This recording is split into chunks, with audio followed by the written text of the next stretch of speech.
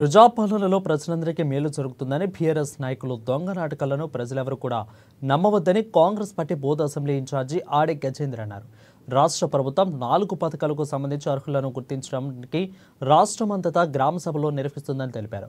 అందులో భాగంగా బోధ్ నియోజకవర్గ కేంద్రంలో నిర్వహించిన గ్రామ సభలలో ప్రజలందరూ కూడా పాల్గొని దరఖాస్తులు చేసుకోవాలని అన్నారు. బోధ్లో బుధవారం నిర్వహించిన గ్రామ సభలకు ఆయన హాజరై సభ జరుగుతున్న తీరును పరిశీలించారు.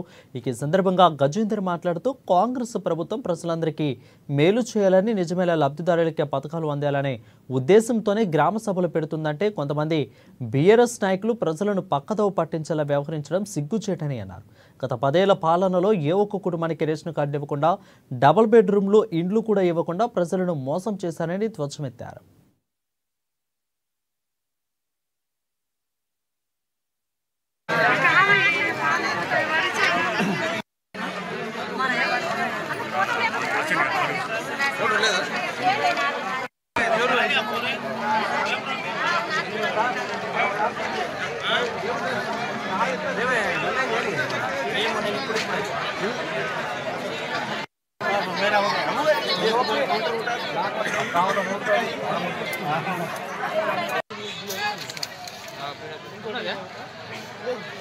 ఈరోజు ప్రజాపాలన గ్రామ సభలు నిన్నటి నుంచి బోధ్ నియోజకవర్గంలో రోజుకి ఒక 10-12 గ్రామ పంచాయతీల చొప్పున జరుగుతున్నది. అందులో భాగంగానే రెండవ రోజు బోధ్ గ్రామ సభకు రావడం మరియు ఇక్కడ అన్ని కౌంటర్లలో పరిశీలిస్తే కొన్ని తప్పులు, ఆధార్ కార్డు రాంగ్ కానీ జాబ్ కార్డు రాంగ్ రాయడము, ఆ విధంగా అన్ని పరిశీలించడము. మరియు గత 10 సంవత్సరాల నుండి టీఆర్ఎస్ ప్రభుత్వం 14 లక్షల మంది అర్హులకు రేషన్ కార్డు ఇవ్వలేదు. మరియు ప్రతి ఒక్కరికి కూడా డబుల్ బెడ్రూమ్ ఇస్తామని చెప్పి ఎవరికి కూడా ఈ నియోజకవర్గంలో ఇవ్వలే.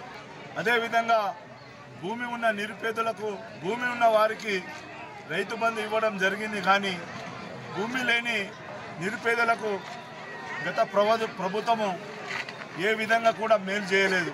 ఈరోజు రైతు భరోసా అయితే కానీ, ఇంద్రమ్మ ఆత్మీయ భరోసా అయితేనేమి, ఇంద్రమ్మ ఇండ్లు అయితేనేమి, అదేవిధంగా రేషన్ కార్డులు అయితేనేమి, వాటి అర్హులను గుర్తించడానికి ఈ గ్రామ సభలు నిర్వహిస్తే కొన్ని చోట్ల టీఆర్ఎస్ పార్టీ నాయకులు, టీఆర్ఎస్ పార్టీ కార్యకర్తలు కావాలనే గొడవలు మరియు అల్లర్లు సృష్టిస్తున్నారు. ఎందుకంటే కాంగ్రెస్ ప్రభుత్వము, కాంగ్రెస్ పార్టీ మాటిస్తే మడమ తిప్పదని ఏవైతే ఎన్నికలలో హామీలు ఇచ్చినామో 6 గ్యారెంటీలు అయితే కానీ హామీలు ఇవ్వని కూడా కార్యక్రమాలు చేపడుతున్నది. ఈరోజు నుంచి బోధ్ నియోజక